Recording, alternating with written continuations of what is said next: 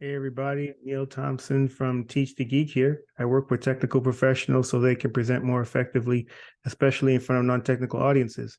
And you can learn more about that at teachthegeek.com. Again, that's teachthegeek.com. And as always, remember to like and subscribe to this YouTube channel. Every bit helps.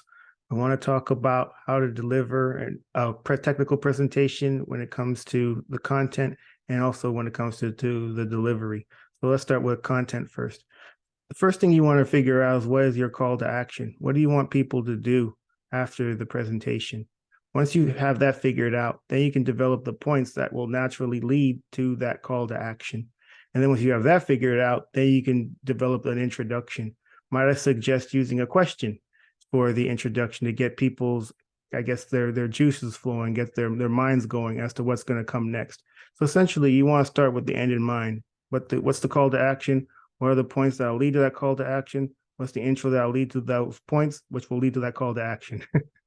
Essentially, what that does, it eliminates fluff that you might have added in the presentation if you don't take this approach. And ultimately, you want to make it so that you have a presentation that doesn't have a whole lot of extraneous information, especially if the people in the audience are pressed for time. So when it comes to delivery, I suggest having I suggest practicing. First thing you got to practice. I don't know. I just had a brain fart there. practice the time specifically. Especially if you're given a specific time for your presentation, you want to make sure that you hit it. So when you practice to make sure that you finish within time. I mean, how many times have you been in a presentation, technical or otherwise, and people end up speeding through slides because they need to make time? Well, if you had practiced beforehand, you'd have made sure that that wasn't necessary. You would have either eliminated slides to make sure you were within time, or you would have just paced yourself a lot better. And ultimately, if you don't do that, it's just a sign of disrespect to the audience because their time is it's precious to them. So you want to make sure that you respect their time. The next thing you want to do is, if at all possible, is practice in front of other people, both people within and outside of your field of expertise, so you can get feedback on what they liked about your presentation and what you can improve on. So when you're actually ready for the actual presentation, it likely will go a little better than if you just practice by yourself. Although I will say that if that's not possible for you to practice in front of other people, the third thing you could do is video yourself.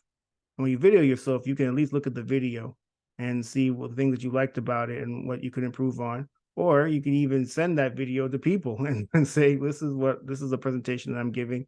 What did you like about my presentation? And what do you think I can improve on? And one benefit of that is people can watch the video when they are available to watch it, as opposed to you having to schedule a time or they have to schedule a time when you're free and they're free. In this instance, it's only when they're free they can watch your video. So those are some tips that I want to offer when it comes to content delivery.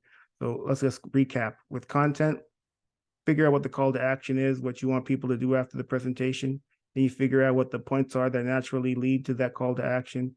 Then you can figure out what the introduction needs to be to lead to the points, which leads to the call to action. And might I suggest asking a question as part of the introduction. When it comes to delivery, you want to practice so that you finish within the time allotted for the presentation. You definitely don't want to go over. You want to, if at all possible, practice in front of people, both technical and non-technical, so you can get feedback. And if that's not possible, then at least video yourself so you can see what you like about your presentation and what you don't like. And consider sending the video to other people so they can give you feedback as well. Hopefully this was helpful. Again, my name is Neil Thompson. I'm the founder of Teach the Geek. I work with technical professionals so they can present more effectively, especially in front of non-technical audiences. And you can learn more about that at teachthegeek.com. Again, that's teachthegeek.com. Until next time, take care and stay safe.